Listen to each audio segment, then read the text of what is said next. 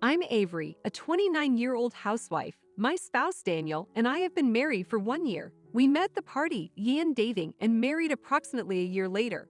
He told me I wanted to be a stay-at-home wife once we married, so I resigned my job to become a housewife. I like my career, but my new life with my husband was more important to me. So I decided to become a housewife without hesitation.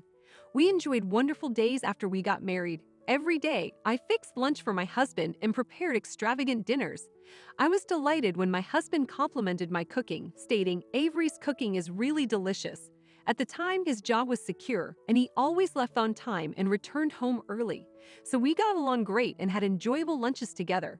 However, he appeared to be getting busy at work, and he began returning home later and later. He normally returns home about 6 p.m., but lately it's often after 9 p.m. he was working more and more. It also appears that his workload has increased because his supervisor has higher expectations for him. Especially on Fridays, he was out to drink with his boss and returns home late at night. I felt lonely, but my husband worked hard to improve our lives, so I couldn't complain. So I tried harder to prepare better lunches so that my husband would love them. I made it so complex that it resembled an expensive restaurant meal, so I decided to prepare the same meal for myself. I felt as if we were sharing a meal by eating it at his break time. I hoped that eating it would make him happy, even if just a little. He appears to have noticed the shift, saying, "You've been making me beautiful lunches lately. Everything tastes fantastic." When he arrived home, he exclaimed happily. That made me really happy. After that, I worked hard to prepare lunch for him. Cooking has become my hobby. I took photos of our lunchbox every day and shared them on social media. I have had a few friends and followers so far. However, the number of likes and followers steadily increased. I'd never seen something like this before, so I was astonished. I noticed a few comments asking for recipes, so I began adding full recipes and images. Then several individuals attempted to replicate the dish and claimed that it was great using my husband's recommendation. And I put it in my son's lunchbox, and he asked to eat it again. I figured if I cooked it this way, it would taste even better. Or perhaps using less of the spice would highlight the sweetness of the ingredients. As I continued to cook with these ideas in mind, I developed a number of dishes. I never expected to have a new pastime at my age.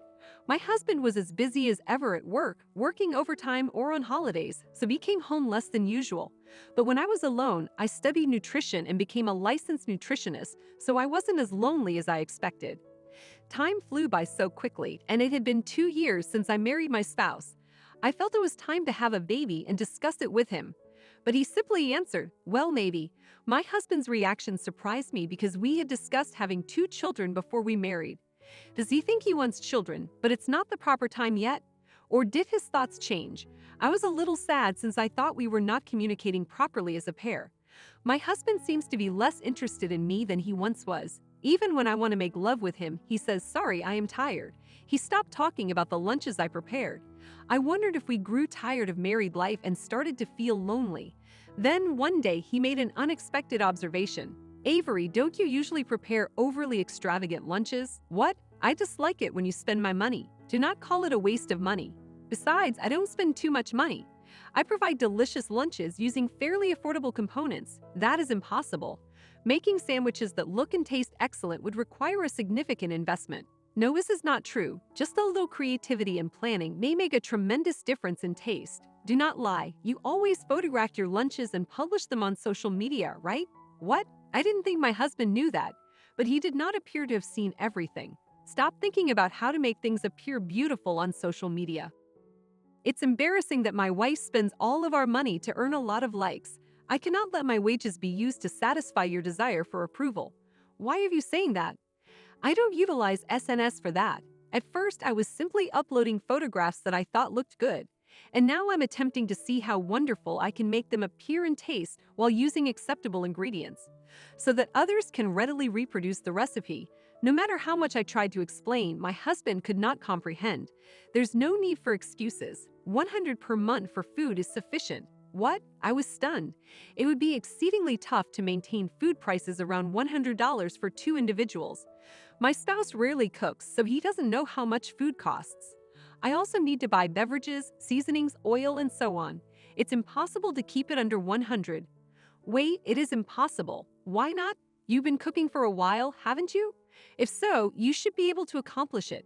If you can't keep it under 100, I'll divorce you. What? Divorce? You're nuts. I couldn't understand why my husband was being so rude to me. He used to be really kind. Why did he change? It is not fair. You should inform me if there is something you don't like about me. To not make unreasonable demands on me.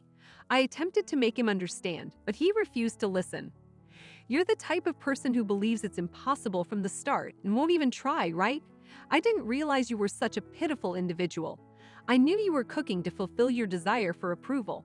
When he said that, I became really irritated, and I said, okay, then I'll use less than 100 per month. So you won't complain, will you? No, simply do it. I no longer cared that he had changed. I decided to focus on the goal of keeping the food budget around $100 per month. From then on, I put a lot of effort into my cooking. Instead of purchasing prepared foods and sauces, I made my own from scratch with spices and other ingredients. I also scoured stores and the internet for low-cost beef. Vegetables, spaghetti noodles, and drinks were purchased in quantity and frozen. With this approach, I managed to keep my meal budget around $100. But my husband didn't even inquire about the results. I was quite disappointed. But in case he brings up food bills again, I continue to keep the grocery budget around $100. And I wanted to enjoy it, so I started a new SNS project about 2 people on a $100 monthly food budget. As before, I would provide recipes so that others could replicate what I was doing to save money. I noticed in the comments that people wanted to see a video of the cooking, so I began uploading videos of a brief summary of Avery's cooking process on social media. The response was surprisingly favorable, and the number of subscribers to my SNS channel swiftly climbed, allowing me to monetize the channel in a short period of time. I was amazed by how wonderful the world had become. The more people who viewed my films, the more motivated I became to keep going and invent new dishes. My husband then announced that he would be leaving for a 3-day business trip the following week. I reasoned that this would relieve me of the need to cook, so I planned to visit my folks' place. My parents' place was far away, so I have to fly there, so I immediately purchased a plane ticket. And the day arrived swiftly, and my husband left the house in the morning with his carry case. He replied that he'd go to his office first, then to the airport.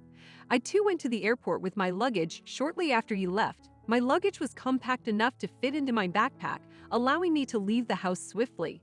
When I arrived at the airport, I was resting with a cup of coffee in a cafe, replying to comments on videos on social media. Then I overheard my husband's voice in a crowded area. I knew his voice right away because I was used to hearing it. I looked toward the voice and saw him walking in front of the cafe.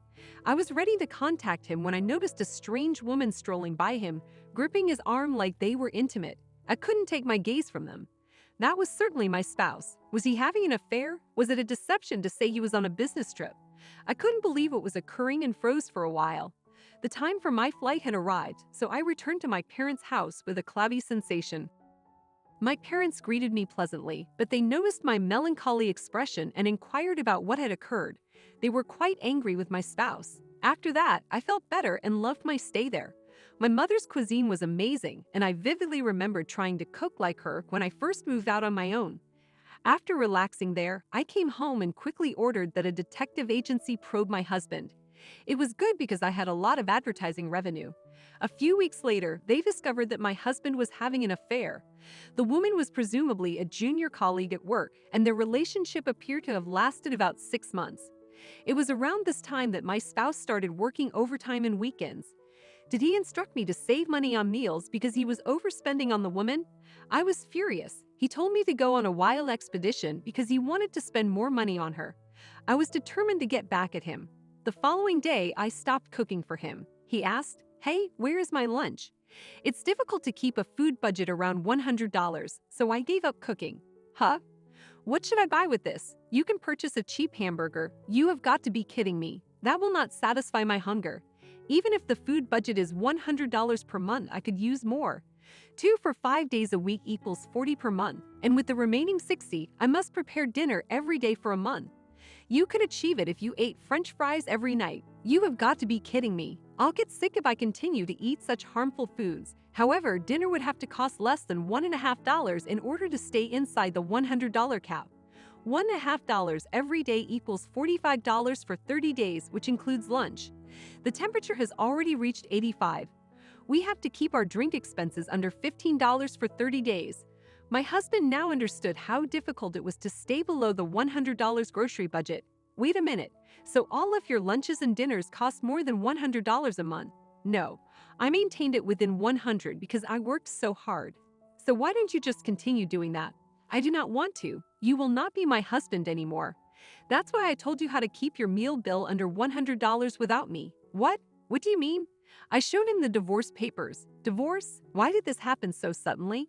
I've been planning for it ever since I discovered you were having an affair. When I mentioned this, my husband's countenance paled. What do you mean by affair? Don't act innocent. I showed him the photographs that proved the affair, and she said, I conducted an investigation and obtained proof. You can no longer lie to me, so I demanded divorce and money for consolation. My husband was astonished, mouth agape, but then he continued, I may have had an affair, but you would be in trouble if we divorced, wouldn't you? You're a housewife, and if you suddenly become single, you won't be able to afford to live, would you? Your parents' house is also extremely far away. It would be preferable to forgive me once and remain married. I was shocked and replied, actually, I am making a pretty good income right now. What? I did a lot of business from social networking sites. My films have generated a lot of ad revenue, and I'm also creating a book of money-saving recipes. A recipe book? You're going to publish a book? To be honest, I make more money than you right now, so it won't be an issue for me to divorce. My husband appeared surprised to learn that his income is less than that of a full-time housewife whom he had previously looked down on. He nodded and was unable to continue speaking. Anyway, fill out the divorce papers. Then I left the house with the luggage I had prepared beforehand. After that, I contacted my spouse through an attorney. My husband and adult nurse partner also gave me money as a consolation. Regarding this affair, my husband and I had a mutual connection at his workplace, so it rapidly traveled across the organization. Apparently, my ex-husband is being treated cruelly, calling him a swine for betraying his wife, who prepared lavish meals for him every day. The unfaithful partner could not bear the situation and left the company. My ex-husband is struggling because he needs to pay consolation money and tribute to his adulterous partner, so he can't leave his work and is working quite hard in an uncomfortable environment. I, on the other hand, have moved into a nice room with a fully equipped kitchen and can cook quite comfortably. My recipe book was successfully published and sales are going nicely. I hope to continue cooking a variety of cuisines and enjoying my life. It is simply unrealistic to expect two people to spend less than $100 each month on food. And the reason he requested it was because he wanted money to buy items for his adult partner, who had way too much trash. But owing to such a sleazy husband, he began cooking and even wrote a book. So it was all okay in the end. Now that she can support herself, she may gradually look for a spouse.